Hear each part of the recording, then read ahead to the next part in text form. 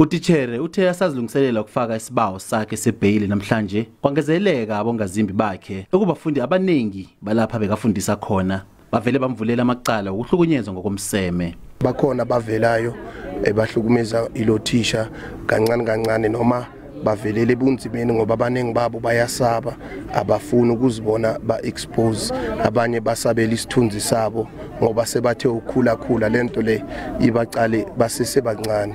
Utitjhere lo uveze ngomunye wabafundi abafundisako onyamalele eemvekeni ezimbili zonke. Umfundi loyo uthena tshela bekhabo bona bekakuphi. Utitjhere wabaleka KwaMhlanga.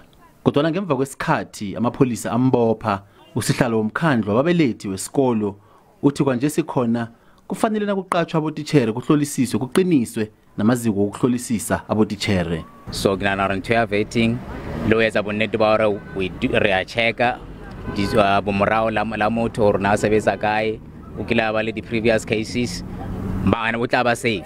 We need to make sure hore this person is of good character. Umphakathi uthi umnyango wezobulungiswa kathana ungahabisa icaleli ngombana libuhlungu khulu ebafundini kunye nababelethini babo. We are so sad because of the processings are slow, but not that is very terrified about the situation is very, especially to the victims.